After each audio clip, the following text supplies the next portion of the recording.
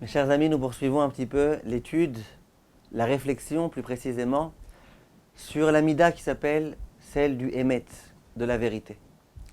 On a parlé déjà plusieurs fois de l'importance, lorsqu'on parle, de faire attention à ce qu'on dit, de faire attention à ce que les propos qui sortent de notre bouche soient le plus précis possible, le plus proche de la vérité possible. Et on avait même fait des exercices ensemble pour essayer de travailler sur ces points-là. Maintenant, on va, Bezrat Hashem, parler d'un point très important qui est à nouveau lié à cela. Ce point-là, il faut le connaître.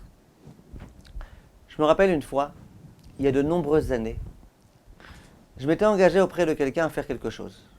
Les détails, ce n'est pas très important en ce qui nous concerne maintenant. Et lorsque je me suis engagé, j'ai dit, comme l'habitude de tous les bons juifs, j'ai dit, je le ferai bli neder. Je ne m'engage pas, je ne prends pas sur moi le vœu. Bli neder, je le ferai. Après quelques jours, j'ai bien réfléchi. Et je me suis dit, non, cette cause-là, elle ne vaut pas vraiment le coup. C'est pas forcément la peine. J'aurais jamais dû m'engager. Non, finalement, je pense que maintenant, il vaut mieux que j'étudie plutôt que faire cette chose-là. Donc, je m'étais engagé en disant bli neder. Et je me suis dit, finalement, j'ai envie de me rétracter. Et je me suis demandé, est-ce que j'ai le droit ou pas? Est-ce qu'effectivement, c'est possible de se rétracter ou pas? Ou est-ce que, d'une certaine façon, comme je me suis engagé, il faut que je le fasse? À ce moment-là, je me souviens très bien, il y a de nombreuses années, j'avais été voir le Rav Yitzhak Yerucham Borodyansky, le Khatan du Rav Shlomo Zalman Auerbach. Et je lui avais dit, Rav, qu'est-ce que je fais dans un cas pareil? Il m'avait dit, je ne comprends pas la question. Tu t'es engagé, il faut que tu accomplisses. Je lui ai dit, c'est vrai, je me suis engagé, mais j'ai des bli neder. Il m'a dit, et alors? Et ça m'a beaucoup surpris, je ne comprenais pas ce qu'il me disait. Il me dit, qu'est-ce que c'est, t'as des bli neder? Je lui ai dit, si j'ai des bli neder, ça veut dire que je me laisse la possibilité de me rétracter? Il dit, pas du tout. Tu es un juif, tu as une bouche, tu as une parole, tu as une confiance. Tes propos, ils sont censés être honorés, ils sont censés être accomplis. Alors tu as des bli neder. C'est quoi bli neder? Bli neder, ça veut dire que tu ne t'engages pas en tant que vœu. C'est-à-dire que ce n'est pas un vœu que tu formules. C'est-à-dire que si jamais tu n'accomplis pas ce que tu as dit, eh ben, on ne considère pas que tu as commis la véra gravissime d'avoir formulé un vœu. C'est vrai. Tu n'auras pas dit un vœu. C'est moins grave que si tu n'avais pas dit bli neder. C'est vrai. Mais il n'empêche que tu as dit quelque chose. Il faut que tu accomplisses. Je dis, comment je fais si jamais je veux pas? Il dit, il n'y a pas de tu veux pas. Tu dois accomplir. Tu n'as qu'à réfléchir à l'avance. Une fois que tu t'es engagé, que tu as dit qu'on a compté sur toi, il faut que tu accomplisses. Ça m'est resté cette histoire gravée dans mon esprit jusqu'au jour d'aujourd'hui.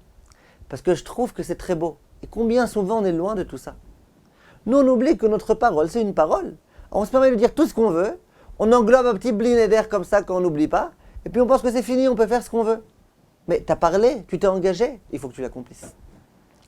Combien j'ai été heureux ensuite en consultant les écrits du sabbat de Kelem, de voir qu'il écrit ces choses-là mot pour mot.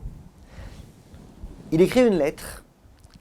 Dans la lettre telle qu'elle est sous nos yeux, on ne voit pas très bien c'était quoi la question, c'était quoi la réponse, c'était quoi toute la discussion.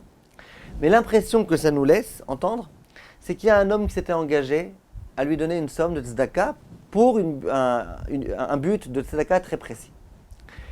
Et lorsque le Rav, au bout d'un certain temps où il ne lui avait pas donné, il lui a rappelé, il dit écoute, il faudrait donner, etc.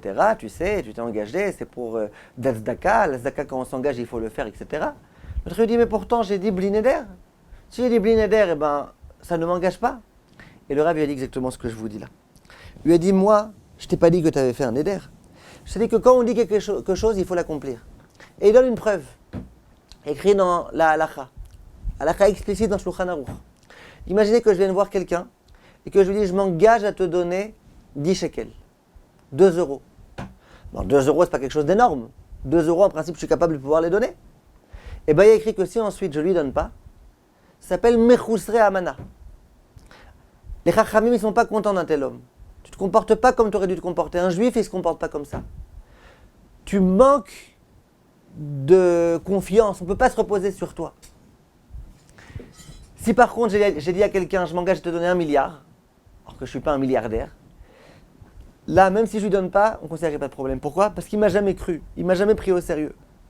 Mais quand, par contre, je dis quelque chose qui est à ma portée, l'autre, il m'a cru. Écrit dans la halakha, puisqu'il m'a fait confiance, maintenant, moi, je dois honorer ma parole. Dieu, sabbat de Kelem, un homme comme toi. Un homme honnête comme toi, fiable comme toi. Quand tu me dis, je vais te donner, même si tu as dit bli neder, pour moi, ça veut dire que tu vas donner. Il dit, pour moi, c'était déjà dans la boîte. Pour moi, je t'ai fait confiance, j'étais certain que tu allais me donner. Il dit, en plus, T'as pas dit Efchar, t'as pas dit peut-être que je vais te donner.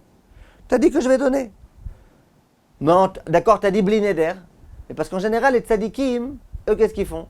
Ils parlent peu, ils accomplissent beaucoup. Donc même si jamais t'as écrit Blineder, et même si jamais t'as dit peut-être je vais essayer, moi un homme comme toi, je sais que quand tu t'engages à donner, tu donnes. Donc il faut que tu donnes. T'as dit Blineder, et alors? Et ça, c'est ce qu'il faut qu'on n'oublie pas. On a, Rabotai, une exigence de émet. Il faut qu'on soit vérité, vérité, vérité. Vérité dans nos actes, vérité dans nos propos, vérité dans notre façon de réfléchir. Il faut qu'on soit vérité. Être vérité, c'est que lorsqu'on parle, ce qu'on dit, on l'accomplisse. Il écrit dans le Midrash Rout que les tzadikim, leur oui, c'est un oui. Leur non, c'est un non. Mais les gens qui parlent comme ça, on a parlé, non, j'ai juste parlé, ça va, je ne me suis pas engagé, j'ai pas écrit un contrat. Ah, t'as pas écrit un contrat? Ta parole, ça contracte pas quelque chose? Ta parole, c'est de la blague? T'es pas quelqu'un de sérieux? Il écrit dans la Gemara dans Masechet Souka que c'est très mauvais de s'engager à donner à un enfant quelque chose et à pas lui donner finalement. Parce qu'on lui apprend à mentir. C'est exactement ça. Combien de fois, mes chers amis, ça nous arrive, dans l'éducation de nos enfants, par exemple, de dire aux enfants, bon écoute, je vais te donner un petit bonbon si. Finalement, on ne leur donne pas. C'est grave. On apprend à nos enfants à mentir. Alors nous-mêmes, on est en train d'essayer de se renforcer, de faire des vadim, etc. sur le émet. Mais au moins nos enfants, qu'on leur inculque depuis leur plus jeune âge, émet, c'est l'une des dimensions principales cardinales du juif. Si on s'engage à donner à nos enfants qu'on ne leur donne pas, déjà on est en dehors du émet.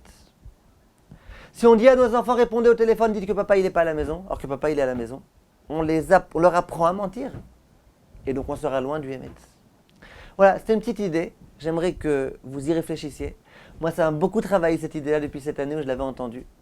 Et je trouve que c'est vraiment une très très très très belle idée. Ça va à l'encontre de tout ce qu'on entend souvent. Ah, ça va, j'ai dit Blinéder. Mais il faut savoir que c'est ça le Hémet. C'est ça le Hémet. Alors diffusez s'il vous plaît ce cours autour de vous, parce qu'il y a tellement de gens qui ne le savent pas que ça pourrait aider Bezrat Hashem. Et on continue la prochaine fois pour le prochain Vaad sur le Hémet. Kol Tov, mes chers amis, et merci de votre attention.